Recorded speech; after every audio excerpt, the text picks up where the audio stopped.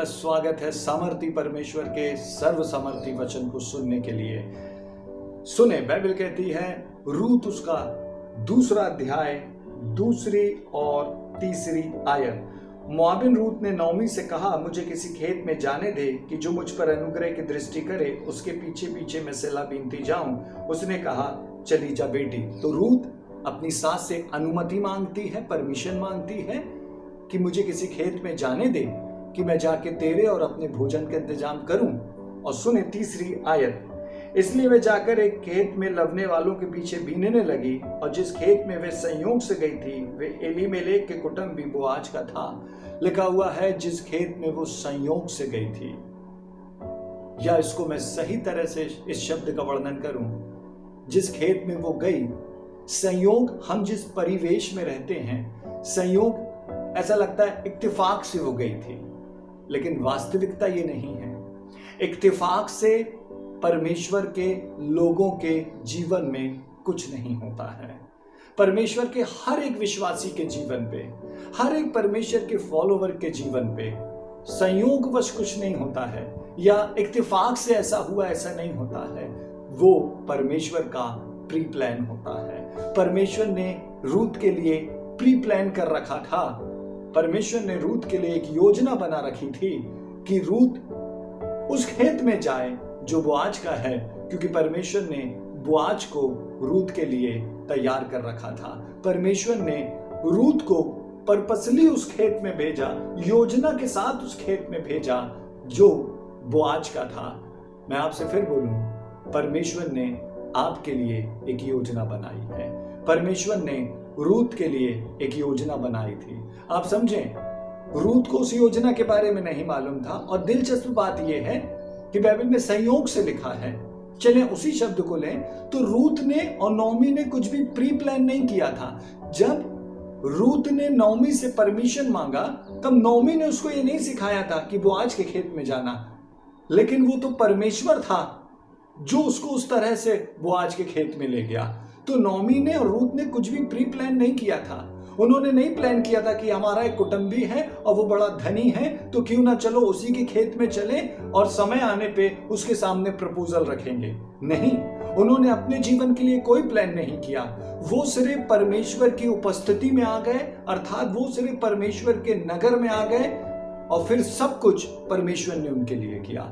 मैं आपसे कहूं, अपने प्लानों को छोड़ दें, अपने जीवन के लिए योजनाएं बनाना खत्म कर दें, परमेश्वर की मात्र उपस्थिति में जीना शुरू करें। परमेश्वर आपके लिए सारे प्लान बनाएगा।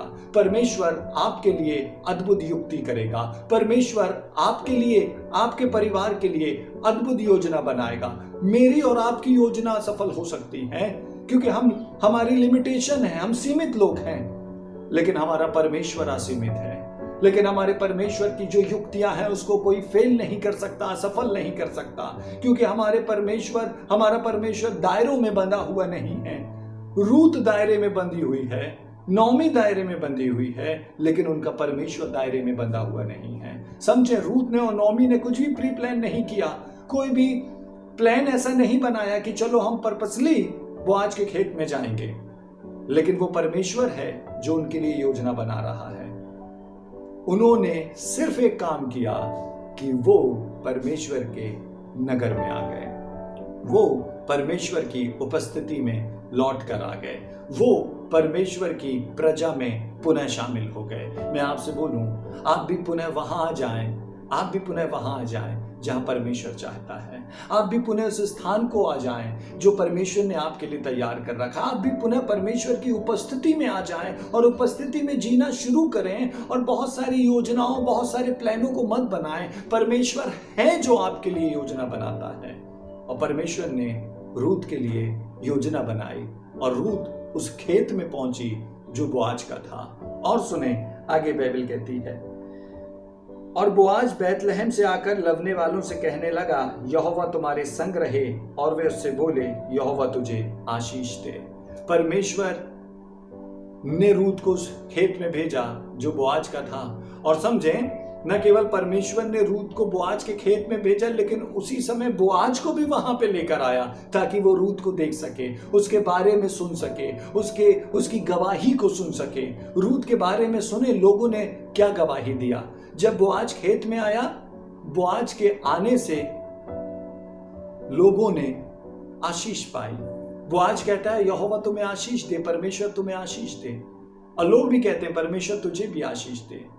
तो बोआज की उपस्थिति पीस को, शांति को रिप्रेजेंट कर रही है। और सुने, जब बोआज वहां पे आ गया, आगे की आयत सुने। तब बोआज ने अपने उन सेवक से जो लवने वालों के ऊपर ठहराया गया था पूछा, वह किसकी कन्या है? सो सेवक लवने वालों के ऊपर ठहराया गया था, उसने उत्तर दिया, वह मोआबिन कन्या है जो नोमी के संग मोआब देश से लौट आई है। जिस दिन रूत उस खेत में पहुंची, उसी दिन और उसी समय में बोआज भी उसी खेत में पहुंचा। परमेश्वर आपके लिए अद्भुत युक्ति करता है। परमेश्वर ने रूत के लिए अद्भुत युक्ति किया। वही समय, वही दिन, वही खेत जो परमेश्वर ने ठहराया था, रूत भी वहां पे है, बोआज भी वहां पे है। लेकिन रूत के विषय लोगों की गवाही सुने। उसने कहा, मुझे लवने वालों के पीछे पीछे फूलों के बीच बीनने और बालें बटोरने दे। तो वह आई और भोर से अब तक यही है, केवल थोड़ी देर तक घर में ठहरी थी। रूत की टेस्टमनी थी, लोगों ने उसके बारे में गवाही दिया। लोगों ने कहा वो जब से आई है तब से निरंतर काम कर रही है। भोर से सांझ हो रही है, शाम हो रही है, लेकिन वो निरंतर काम कर रही है। समझें, परमेश्वर परिश्रमी को उठाता है, परमेश्वर परिश्रमी को ऊंचा पद देता है। और परमेश्वर ने रूत के लिए भी यही कहा। लोगों ने गवाही दिया। रूत ने नहीं कहा कि मैं जब से आई हूं बहुत काम मैंने किया है। दूसरों ने, जिन्होंने देखा, उन्होंने कहा रूत जब से आई है, सुबह से अब तक निरंतर काम कर रही है। होने दें, लोग आपके विषय गवाही दें। हम अपनी चर्चा ना करें, लोगों के बीच में हमारा चरित्र, हमारा बर्ताव, हमारा व्यवहार, हमारे काम, हमारे तरीके ऐसे हों कि लोग देखकर हमारे विषय में गवाही दे सकें। समझें, रूत नोमी के अधीन रहती है, रूत कठिन परिश्रम करती है, रूत सब दुखों के बाद भी उस स्थान को आती है जो परमेश्वर ने उसके लिए ठहराया था। रूत ने कोई प्लान नहीं बनाया कि वो बोआज के खेत में जाएगी। सब कुछ परमेश्वर ने बनाया, सब कुछ परमेश्वर ने रूत के लिए किया। मैं आपसे कहूं, बस आप परमेश्वर की उपस्थिति में आ जाएं। परमेश्वर आपके लिए योजना बनाता है। लेकिन जहां परमेश्वर आपको रखे, वहां पे एक अच्छी गवाही बनाएं। कठिन मेहनत करें, चाहे जहां भी आप हैं कठिन मेहनत करें। परमेश्वर के राज्य में हैं, कठिन मेहनत करें। घर में हैं, कठिन मेहनत करके घर को संवारें। ऑफिस में हैं, हार्ड वर्क करें। दूसरों की तरह अपनी गवाही मत बनाएं। अपनी गवाही परमेश्वर की महिमा के लिए ऐसी बनाएं कि लोग देखकर आपके विषय पॉजिटिवली बातें कर सकें। सुने, एक आयत में आपके लिए पढ़ता हूं। पहला पत्रस उसका 5वां अध्याय उसकी 7वीं आयत में लिखा है, अपनी सारी चिंता उसी पर डाल दो क्योंकि उसको तुम्हारा ध्यान है। परमेश्वर को रूत का ध्यान था और परमेश्वर को आपका भी ध्यान है। परमेश्वर आपके विषय ध्यान रखेगा, लेकिन परमेश्वर ने जो भी आपको दिया है, जहां भी आपको रखा है, पूरी ईमानदारी और पूरी मेहनत के साथ करें।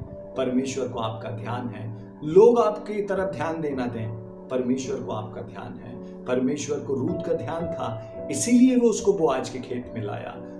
परमेश्वर को आपका ध्यान है, इसीलिए वो आपको वहां लाया है। आज आप जहां हैं, निराश ना हो, उसको आपका ध्यान है। उसने रूत को सवार दिया, वो आपको भी सवार देगा। आइए प्रार्थना करें। सर्वशक्तिमान, धन्यवाद के साथ हम आपकी पवित्र उपस्थिति में हैं। हमें सिखाएं रूत की तरह अधीन होना, हमें सिखाएं रूत की तरह कठिन मेहनत करना, हमें सिखाएं एक ऐसी गवाही बनाना, एक गवाही ऐसी मेंटेन करना जिस गवाही को लोग दें और आपकी महिमा हो। हमें सिखाएं हम अपने जीवन के लिए योजनाएं नहीं बनाएं, लेकिन पूरे हृदय से आप पे भरोसा रखें। आप रूत को बनाया, आपने रूत के लिए एक भविष्य बनाया और आप हमारे लिए भी सब कुछ करेंगे। धन्यवाद यीशु मसीह के नाम में, आमीन। परमेश्वर आपको बहुत आशीष दे।